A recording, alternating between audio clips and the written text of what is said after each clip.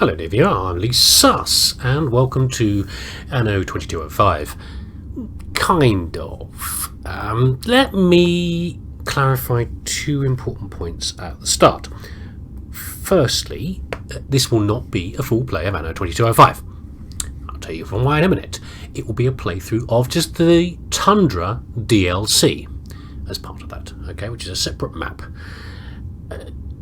The other thing is, this is an introductory video. There will be no action in this video other than me flapping my jaw. Okay, so if you don't want to see, don't want to hear that, and I don't blame you, and you only want to see some action, skip to the next video. Okay, this is an introductory video about what I'm doing and why I'm doing it. Okay, I won't judge you too much if you go to the next video. Honestly, well, I might judge you a little bit, but you know that's fine.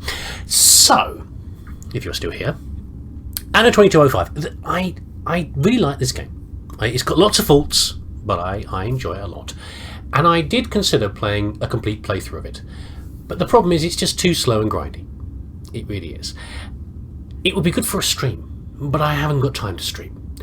So, I decided that I'll just do the DLC part. It's kind of a nice snapshot. No drinking for me this early in the day. A nice snapshot of the game, gives you an indication of how the game plays and what it's like, and it's fun. It's got their own missions to the map. It's supported by the rest of the game, but it's not essential to it. The two bits of the game connect, but the DLC isn't essential to the rest of the game. In fact, I've actually completed the main mission of the game in some ways. Yeah. So that's how much the actual game matters. There are still many things to do in the game, okay? Despite the fact I've completed the main mission.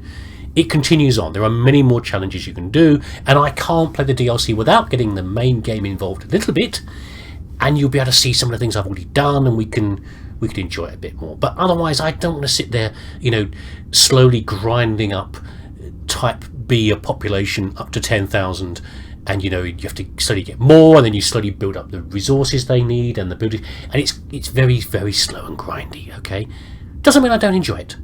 But there you go. I'm very fond of the Anno 2205 games. So, a little bit about the game itself. So it didn't go down very well as a game. So there's a whole series of Anno games. Two of them are set in the future. This one and 2070, sorry. And they're kind of different, I think, in their these two link together better, and I've played the other games and they're okay, but I think I like the space ones, the future ones, a bit more. They all play in a very similar way. There's a common trend all the way through in the mechanics of the way they work. This one, I think Ubisoft were trying to make the game simpler, and in some ways they made it better. In some ways they made it a bit worse. In some ways they took a big dump on it. Quite frankly, they made a real mess of what it was. But despite that, I still enjoy it, which possibly says more about me than it does about the game. But it didn't necessarily go down very well. But it is a beautiful looking game. I love the scenario. I love some of the gameplay. I love just cruising around the map, looking at all the things you've built and the little figures walking around. Like a little miniature city. Well, it is a miniature city. That's the whole idea, isn't it, really? I do enjoy that. And we will try to skip the bits that we don't enjoy as best we can. We'll get into that when we actually get to the gameplay. So, a little bit of background on the system. So, in Anno 2070, the previous game, the framework of the world is that the world has gone over the environmental precipice. In other words, we've now got runaway global warming. The ice caps, all the glaciers have melted, so the whole bloody place is flooded, as you'd expect, with the concurrent disasters of major cities being flooded, industrial complexes being drowned, including things that are toxic and things you don't want to have water in them. Think Fukushima, a disaster worldwide. And in 2070, it's not that bad. It's not quite plague and death and doom. It's an Anno 2070 game. It's an Anno game. They're fairly gentle. They're not too realistic, and there's not the plague, famine, and death that you think there might be. At least maybe in the background. Imagine it in the background, okay? It's not actually going to happen in the game. So in Anno 2070, the world is split into basically sort of three factions. You've got the ecos, who want to improve what we're doing, try and limit the damage that have already happened, get ahead and live better. Okay? And then you've got us. as we currently are. The tycoons. A bunch of people who, as far as they're concerned, the flooding is business as usual. They want to carry on eating hamburgers, making everything out of concrete, and turning oil into CO2 and plasticware. Okay? And you can play as either faction, and there's a third faction, the tech faction, who try to do things differently. And it's a very cool DLC with underwater things, which I found was brilliant. And in the end, the result was that you had to, all three factions had to work together to make the world a little bit better. By 2205, that's all gone. There's sort of the world is sort of generally working together, but it's a bit of a mess still. There's not really a world government. There's a world funding authority who's not really in charge, but trying to do things. It's all about businesses running things, which is certainly a vision of our future. But the big challenge now is not the fact that the world is still a mess. It is the fact that humanity is hitting a crisis of energy. We don't have enough free energy and enough of it to sort out some of the problems on Earth and break free to the stars. So that's the mission of the game, the bit I've already completed. And the answer to this, frustratingly, is already known to the world.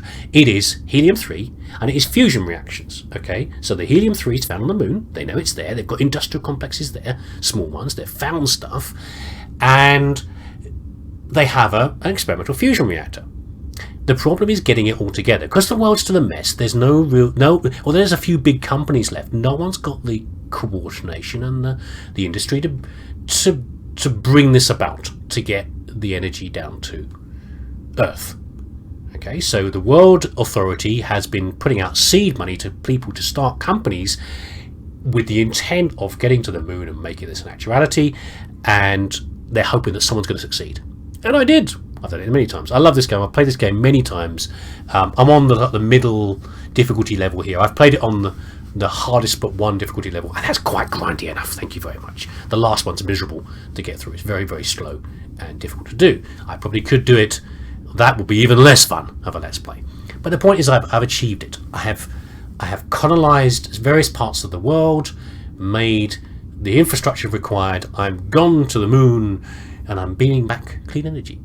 That's where we are now. Actually, let's have a little peek at that now. Let's have a little peeky boos. So these are different regions of the Earth. Something's going on right now you don't have to worry about. I've got a temperate region, which is where most of my money comes from. I've got an Arctic region. I've got a space station, and I've got a patch on the moon. These are all places I could have started from, and these are all places I could move to. The game is very long. I've got another game where I've almost colonized all of these and done all the quests and projects in them. Okay, but the one we're looking at here is this one, which is separate. The Vanhar Plains. This is the Tundra DLC. No, is it Vanhar Plains? It is this one. Yeah, it's the one I can go to, the DLC. Sorry, I got confused for a second there. So I can go. I was confused by the fact it was owned by another corporation. Don't worry about that. It's fine. Yeah, so I'm going to go over here and start this. Is what the plan is. And meanwhile, this will all happen in the background. Okay, and I've got a reasonable amount of money coming in. Actually, that's dropped quite a lot. Why has that dropped so much? I've got money coming in. I've got money in the bank. I've got enough resources here to support anything that happens over here, but not to the point of making it unfun. But the point is, it's going to be a relaxing game. We're gonna go to the tundra, and we're gonna do stuff there. We're gonna do a special mission there. We're gonna put people there. We're gonna occasionally have problems coming out of my other territories. We can go and look at those. We can't ignore the other territories. There'll be times to go over there and see the mega cities that I built in other places, or not quite mega cities. Maybe I'll show you one of my other saves where I actually have mega cities. But the sort of things I've built in the other places, and the things that they do and what they achieve. And doing the tundra will be like starting the game with training wheels on. You'll see how the Anno games work if you haven't played them before, and we'll just trundle our way through, having a bit of fun, laughing at the terrible voice acting, and swearing at the annoying characters, which almost all of them are, apart from maybe one or two, and just having a bit of fun. Okay, a relaxing play. Sounds good? I hope so. If it does, join me again on the next video with all the people who didn't want to listen to me rambling. Why you'd come to my channel if you weren't happy with me rambling, I have no idea. What would be the possible point? But there you go. Hopefully I'll see you in video 2, and we're going to have some fun in the flooded tundra. See you again.